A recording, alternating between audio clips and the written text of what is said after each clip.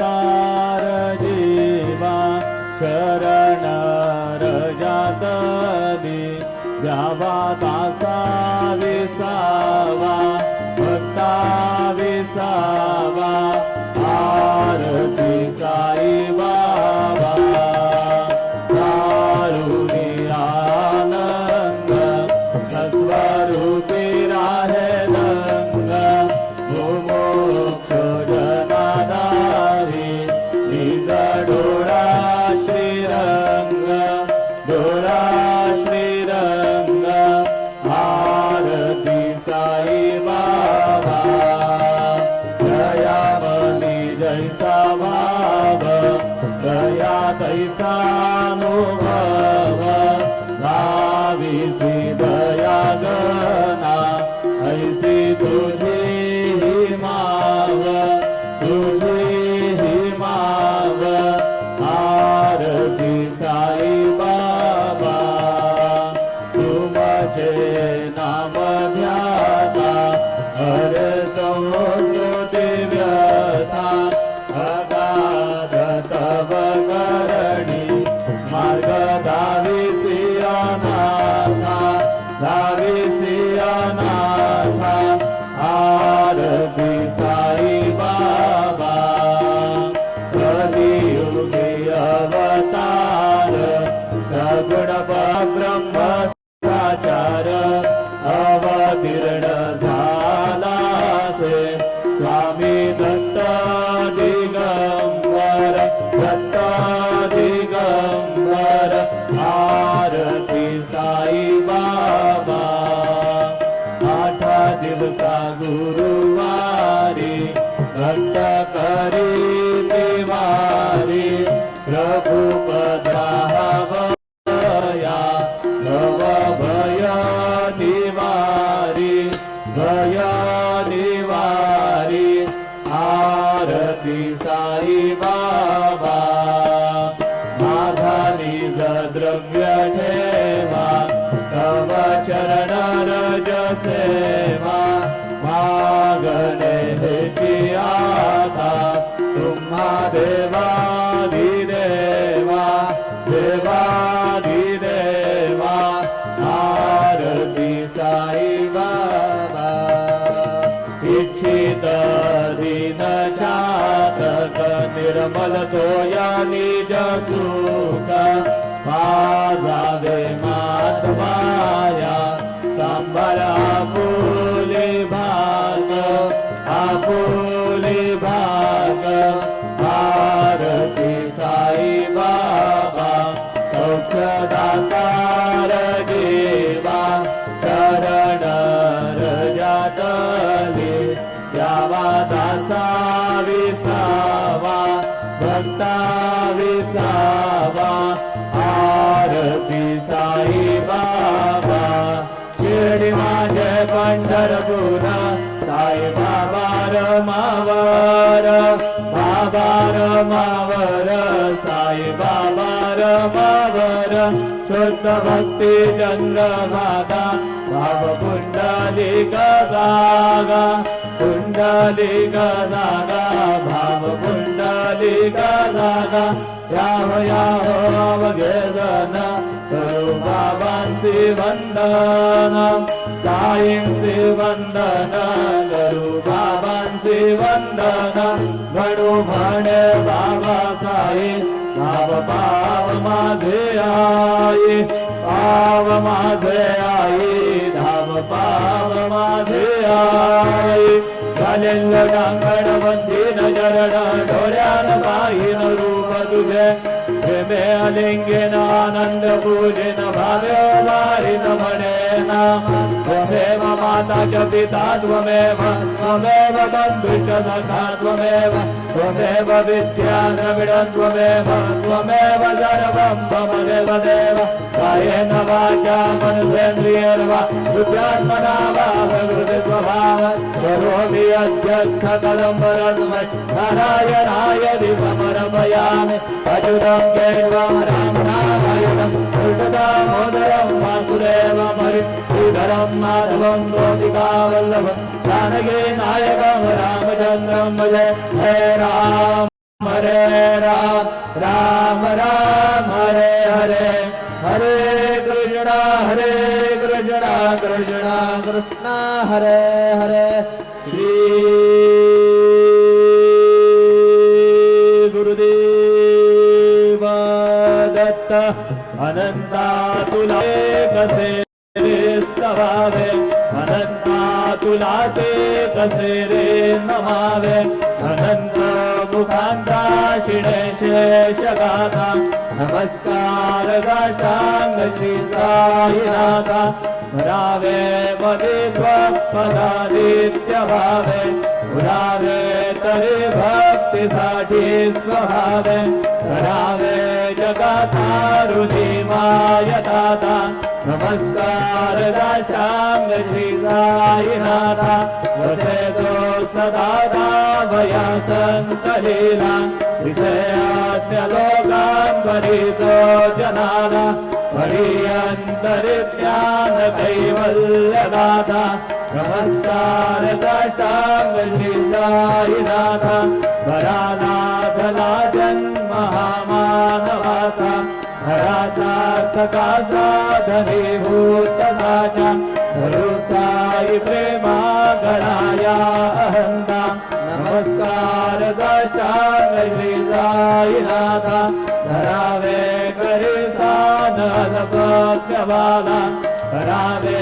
अमाधन्य शुंभो निघाला मुखी गाल प्रेमे खरा ग्रास आता नमस्कार साष्टांग श्री साईनाथा सुराधिकजांच्या पदावंदिताती शुकाधिकजांचे समानत्व देती प्रयागादितीर्थे पदी नम्र होता नमस्कार दाष्टांग श्री साईनाथा तुझ्या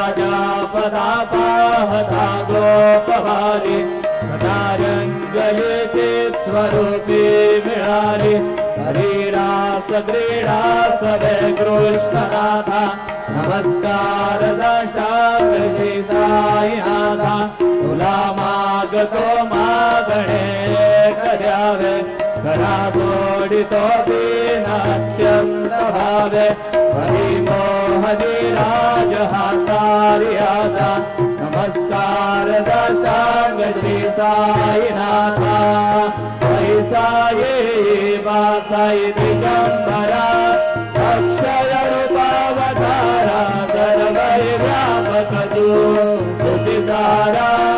अनुसया त्रिकुमारा बाबा ये बा काशे स्नान जप प्रतिदिवशी फुला मुरभिक्षे श्री निर्मल नरतुंगा जलप्राशी विश्रामा उरदेशी ऐसा ये बा भोले लोंबदसे वाम करे त्रिशूलडमरुधारी भक्तावर सदा सुखकारी देशमुक्तेचारी ऐसा ये बा पारे पादुका जपमाला मृगशाला धारण कर सेवा नागजटा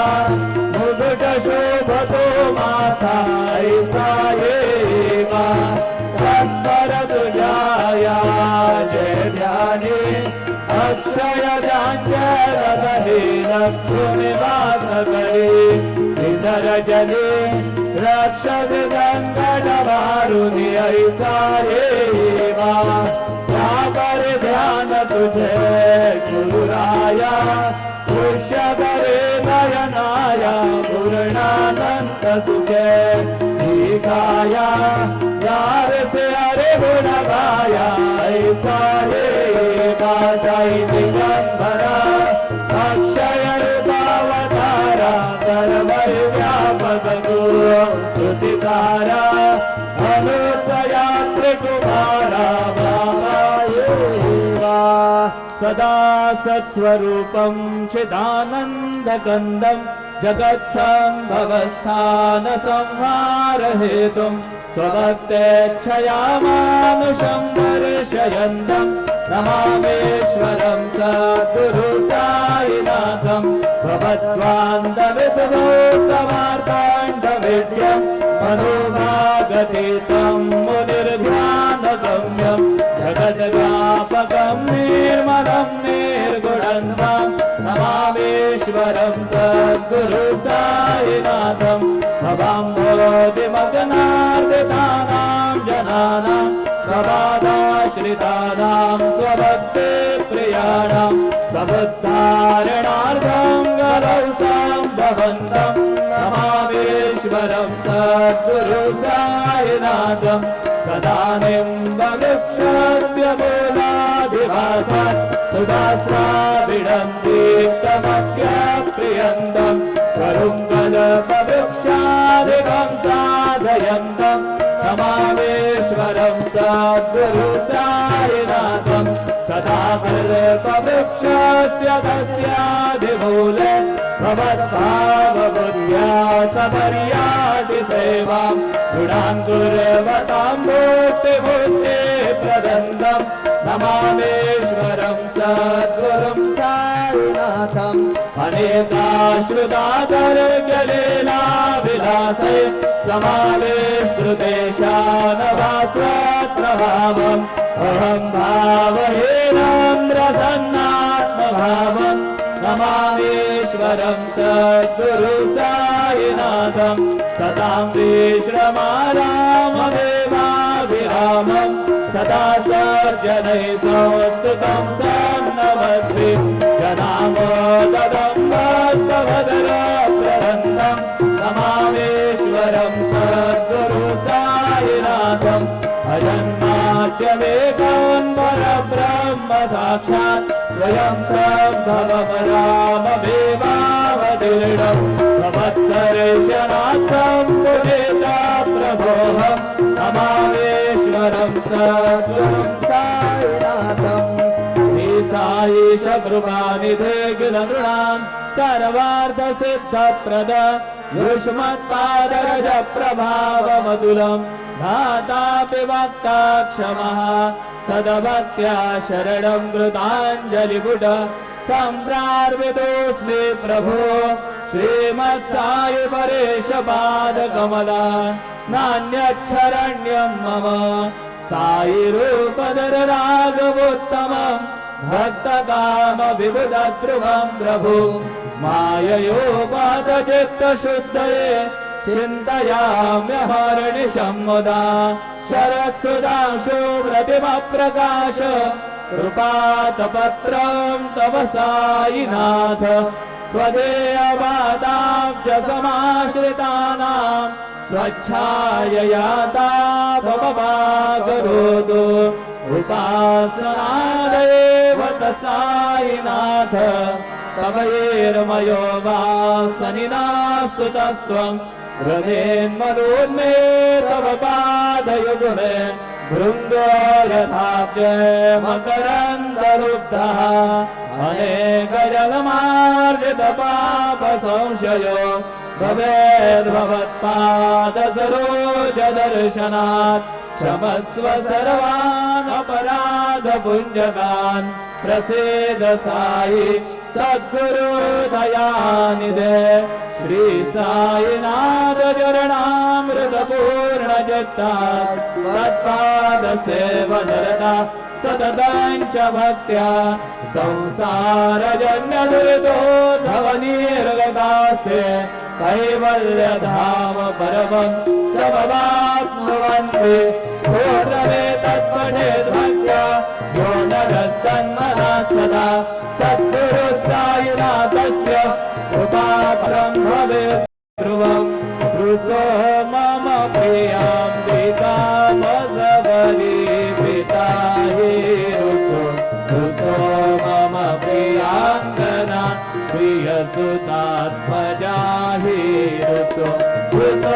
भगिनी बन्धुः श्वशुरसासुभाई रुसो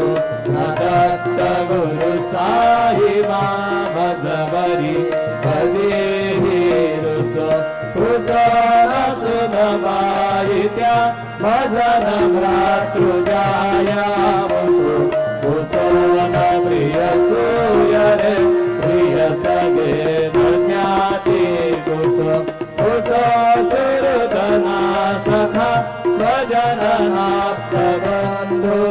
रुसो हरी न गुरु साई मां भजबरी कदे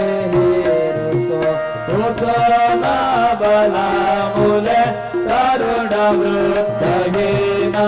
मुसो रुसो न गुरु दागुडे मजन तोर साने पुसो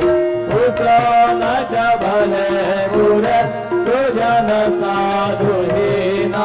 पुसो हरी न गुरु साई मां भजबरी कदी रुसो रुसो चतुर तत्वविद विबुध प्राज्ञानी रुसो रुसो हि विदुषी स्त्रिया कुशल पंडिता हि रुसो रुसो महीपति यते भजगता प्रसिहि रुसो दत्त गुरु साई मां भजबरी कदी रुसो रुसो कवि ऋषि मुनि अनघ सिद्ध योगी रुसो रुसो हि गृह देवता विकुल ग्राम देवी रुसो रुसो भल पिशाच हि मलिन डाकिनी हि रुसो दत्त गुरु साई मां भजबरी कभी रुसो रुसो मृग खग कृमि अखिल जीव जंतु रुसो रुसो विटप प्रस्तरा अचल अपगाब्धि रुसो रुसो भवनाग्निवार भवनि पंचतत्वे रुसो दत्त गुरु साई मां भजबरी कदी रुसो रुसो विमल किन्नर अमल यक्षिणी रुसो रुसो शशि खगाभि गगनि तारका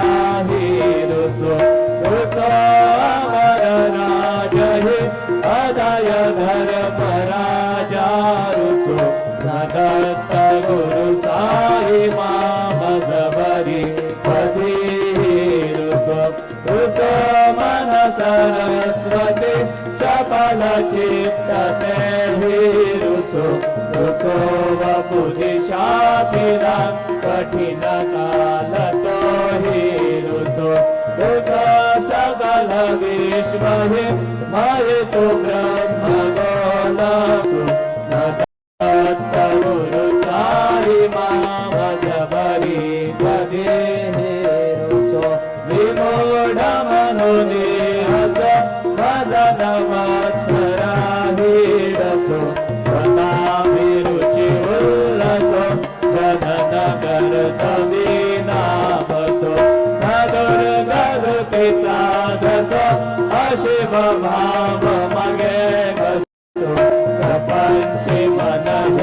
रुसो दृढ़ विरक्ति चित्ते दसो गुणाचे घृणानसो न च स्पृहा प्रशाची असो सदैव हृदये वसो मनसि ध्यानि साई वसो पदे प्रणय रसो निखिल दृश्य बाबादिसो दत्त गुरु साई मां उपरियाचने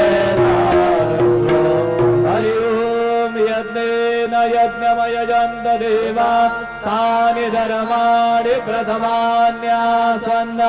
देहनागं महिमानस्य जन्त यत्र पूर्वे साध्या सन्ति देवाः ॐ राजाधिराजाय प्रलयसायिने नमो वयं वै श्रवणाय गुरुमहे समे कामान् कामकामाय मह्यं कामेश्वरो वै श्रवणो दधातु कुबेराय वै श्रवणाय महाराजाय नमः ॐ स्वस्ति साम्राज्यं भोज्यं स्वराज्यं वैराज्यं वारमेश्वरं नित्यं राज्यं महाराज्यमाधिपत्यमयं समन्तपर्याः ईशा सार्वभौमः सर्वा युषान्दाता पराधात पृथिव्यै समुद्रपर्यन्ताया श्लोको विगीतो मरुतः परिवेष्टारो मरुतस्यावसङ्गृहे आवीक्षितस्य कामभिर्विश्वे देवाः सभासदैति श्रीनारायण वासुदेवाय सच्चिदानन्द सद्गुरु साईनाथ महाराज की जय। करचरणकृतं वा कायजं कर्मजं वा श्रवणनयनजं वा मानजं वा पराद विहितमवेदं वा सर्वमेतत्क्षमस्व। जय जय करुणाब्धे श्री प्रभु साईनाथ श्री सच्चिदानंद सद्गुरु साईनाथ महाराज की राजा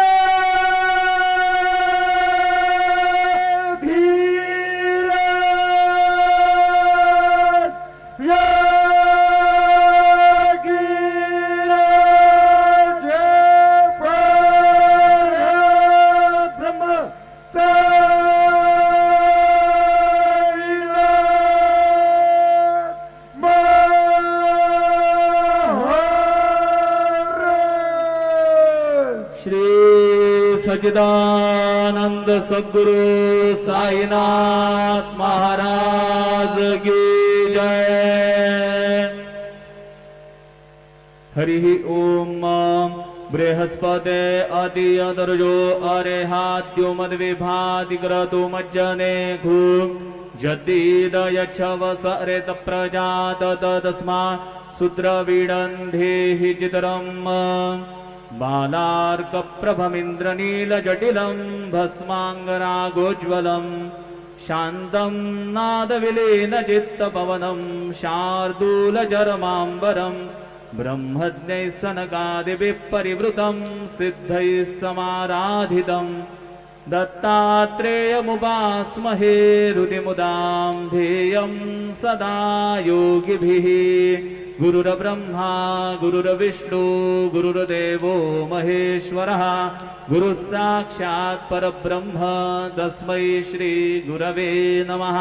सद्गुरु साईनाथ देवताभ्यो नमः। सायं पूजनार्थे चरणकमलेभ्यो नमः। चन्दनं समर्पयामि त्वां गन्धर्वा अखडौ स्वामेन्द्रस्त्वां बृहस्पतिः त्वामोखधे सोमो राजाभिद्वान्यक्ष्मादमुच्यत। चन्दनं समर्पयामि चन्दनस्योपरि अक्षतां समर्पयामि अक्षन्नमिदन्तैषव प्रिया अधूखत स्तोखत स्वभानवोऽप्यप्राणविष्ठया मतिजोजान्विन्द्रते हरि अक्षतां समर्पयामि अहिरिव भोगैः प्रजेति बाहुञ्जाया हेतिं परिबाधमानः हस्तग्नो विश्वापयोनान् विद्वान् पुमान् पुमाग्गुसं परिपाद विश्वतः। हरिद्रादि सकल सौभाग्यमाङ्गलिक द्रव्याणि समर्पयामि ऋतुकालोद्भव पुष्पाणि समर्पयामि सेवन्तिका बकुलचम्पकपाटलाब्जैः पुन्नागजातिकरवेररसाल पुष्पैः बिल्वप्रवाल तुलसीदलमालतीभिः स्वां पूजयामि जगदीश्वर मे प्रसीद। ऋतुकालोद्भव पुष्पाणि समर्पयामि सायंकाले नैवेद्यः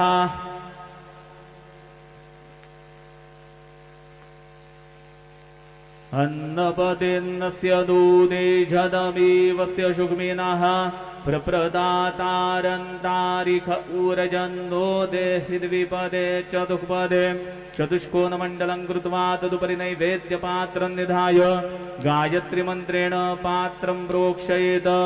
ऋतन्त्वा सत्येन वर्हिञ्जामि धेनुमुद्रयाम् अमृतीकृत्य ग्रासमुद्रया ॐ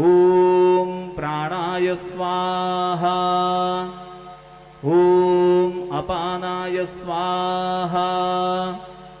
ॐ व्यानाय स्वाहा ॐ उदानाय स्वाहा ॐ समानाय स्वाहा ॐ ब्रह्मणे नमः। नैवेद्यमध्ये पानीयं समर्पयामि पुनर्नैवेद्यं निवेदयामि। ॐ प्राणाय स्वाहा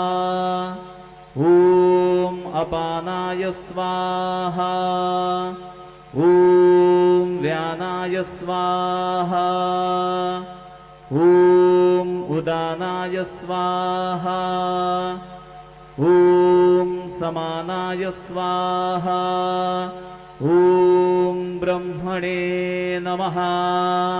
नैवेद्यं समर्पयामि हस्तप्रक्षालनं समर्पयामि मुखप्रक्षालनं समर्पयामि। शेषोपचारार्थे प्रार्थनापूर्वक नमस्कारं करोमि। श्री सच्चिदानंद सद्गुरु साईनाथ महाराज की जय।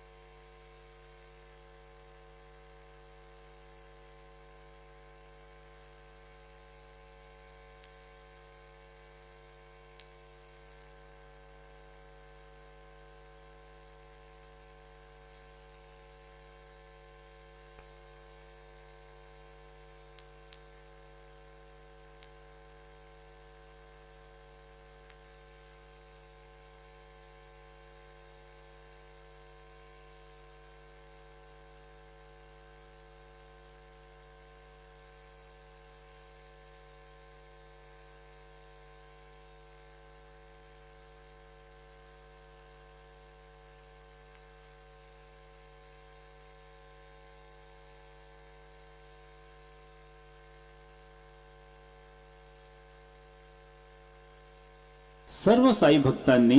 श्रींचे दर्शनाकरिता जाण्यासाठी नवीन दर्शन लाईन गेट नंबर 7 व 8 यांचा वापर करावा। तसेच VIP पास धारकांनी नवीन दर्शन लाइन गेट नंबर 6 का वापर करावा। सभी साई भक्तों से नम्र निवेदन है कि वे नई दर्शन लाइन गेट नंबर 7 और 8 का